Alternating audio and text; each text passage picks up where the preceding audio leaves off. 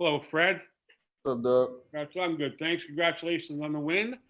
Thank you. Um, Obviously a very weird kind of day and weird circumstances. What did it feel like having Sergio in charge, and how much did you guys sort of rally around that? Yeah, I mean, not much. I think I kind of came to grips with that pretty early on. Once they made a decision that obviously those coaches were going to be out. So I didn't really want to overreact to it. I think it's one of those things that probably put a little bit too much stock into it. The game doesn't change. The way we need to play doesn't change. The way we play doesn't change. So just having a different voice out there, obviously, that's why you have a strong coaching staff for situations like this. So obviously, Sergio has been a great head coach, for a long time. He's been doing it at a high level, so plugging him in was pretty simple to do. For fans who might not know what kind of guy Sergio is to play for, how would you describe it? Just really calm, very serious. Obviously, he's done it at a high level for a long time, so you can't really BS him. He really knows the game. He knows his stuff, and it was just a great opportunity for him to showcase that. Being the head coach, it's sometimes moving over those couple seats makes a big difference. So I think it was a good experience for him. I think that was part of the reason why he joined this franchise was to get experience like this, and I was just happy that we were able to get the win for him. Thanks very much, Fred. Appreciate it. Thank you. Thanks, Doug. We'll go to Josh Lewenberg. Hey, Fred. Obviously, you and Kyle are usually coaches on the floor, guys that take on that role every game. But with the coaching staff undermanned today, I mean, Bobby told us that you and Kyle were two of the first calls that he made. Do you guys do anything differently today? Do you kind of approach it in terms of the leadership role any differently, knowing that there's only four guys on the bench? Um, I didn't.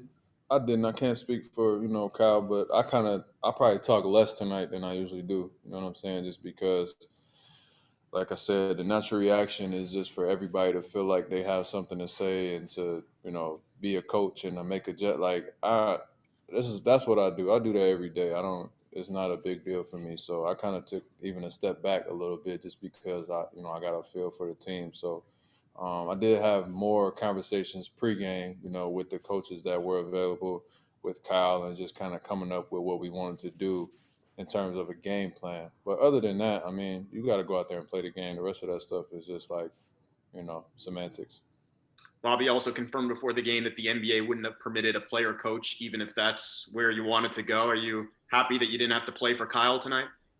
Hey man, if there's a check attached to it, I'm not mad at nobody. But I don't believe in doing other people's jobs for free. So I'm a player right now, and that's it.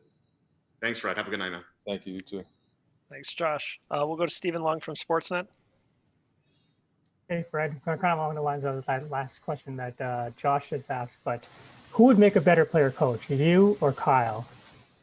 I don't know. You got to ask the team. I mean, you got to ask the team. That's probably a poll that you would have to take and get a vote. I think right now, I think probably me. I think Kyle has got his sights on bigger things. I think he's more of a string puller than a coach and a manager of personalities. You know what I'm saying? He's too emotional sometimes. So, he was great. He was great tonight. Obviously, his leadership has been a big part of what this organization has become, and that comes in many different ways. People always think it's like he's dictating every play and every coverage and everything. It's not always that. You know what I mean? He leads by example a lot. He does a lot in between time, and then once you get to the game, you got to go out there and play. And just given like kind of like just the veteran leadership on this team, like you, Kyle, like a bunch of other guys on the team, Norm, like how much easier does that make it to you guys to kind of just coast through, I guess, like this kind of strange situation without a lot of your coaches there on the sideline? I don't know if it's easy. I think that, like you said, we got guys who can kind of pick up some of the slack, so to speak. The best teams are the ones that, the players are leading and teaching and holding each other accountable. And I think that's the direction that we're headed. We've been that since I've been here. And obviously this year has been a bit different. But I think we still got that core essence of having vets and guys that are doing at a high level, being the guys that are holding other people accountable as well. So that's a big part of it. But it's not all the players. I want to give those guys that stepped up some credit as well. Sergio coached a hell of a game. Jim Sand, Jamal McGlure, and Mark Tinda. All of those guys were great. Stepping up and filling the voids of the guys that were out. Great. Thanks a lot, Fred. Thank you. Next question goes to Chris O'Leary from Raptors.com. Hey, Fred. So maybe you can kind of elaborate on what you'd said at the beginning about it not being a big deal. To me, it seems like it would be, just that, you lose so many coaches and then Pascal goes out at the last minute. I guess, how did you kind of keep it in perspective? I mean, we made it this far without this happening. You know what I mean? We saw the start of the season where teams were down 9-8 guys. We saw, games get canceled right before tip-off. We've seen a lot of different things happen, and we've been fortunate to dodge a lot of those bullets. And this is our one, instance. Hopefully it's the last one where something, unfortunate happens. And, we got guys that are being held out. So, we just try to pick up the slack for them and go win the game. And if we win these games, nobody will remember this stuff. And if we lose them, then we'll say, oh my God, we missed everybody that wasn't there. But it's our job to make up the difference, and nobody's gonna feel sorry for us. I guarantee you, we would have lost that game. The guys that played would have been getting killed, and nobody would have cared about who was coaching and who wasn't. So it's about ownership and accountability and going out there and performing. And if you can feel like it's a big deal because you're sitting on that side of the screen. You know what I'm saying? I got to go out there and play, so I don't have that luxury to say woe was me.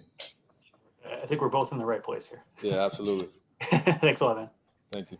We've got one more for you, Freddie. It goes to Christos from Sport DNA in Greece. Hello, Fred. Congratulations on the win. I would like to ask you, how big was the effect of Coach Scariolo on tonight's game for your team? He was big. He was a big part of what we did tonight. His voice, his presence, and just his input. I thought he had great ideas on things that we could do better, things that, what made up the game plan. He's always a great mind and always has the right perspective, and it's just he seems to have the right timing all the time of what needs to be done during the game. So I think it was a little bit of a, adjustment in terms of coaching the NBA game. But other than that, I thought he was great, and he was prepared. And to do what he did in these last 2 weeks, where he traveled and go coach there, come back after quarantine, and then fresh out of quarantine, here he is thrown into the fire. I think it's just a testament to his coaching ability, and we're lucky to have him. And also about your role this season, what is the biggest progression, and how helped you, Coach Scariolo, and the whole coaching staff into your role this season? Say that one more time for me, please. Yeah. What is the biggest progression about your role this season, and how helped you the whole coaching staff? Yeah, I think for me it's just been more opportunity, having to score more a little bit, being more of a primary defender, and just having more responsibility allowed me to grow inside of my role, and use the hard work that I do in this off season, let that show during the year. So just consistently, working to try to be more consistent and play more efficient. 6 for 23 wasn't great tonight, but other than that, just I'm trying to make small increments and small progressions, each day in each game, and that's the journey that I'm on. But as far as the coaches, all of those guys have been great and helping me, and adding to the knowledge that I have. I try to soak up as much as I can from all of those guys.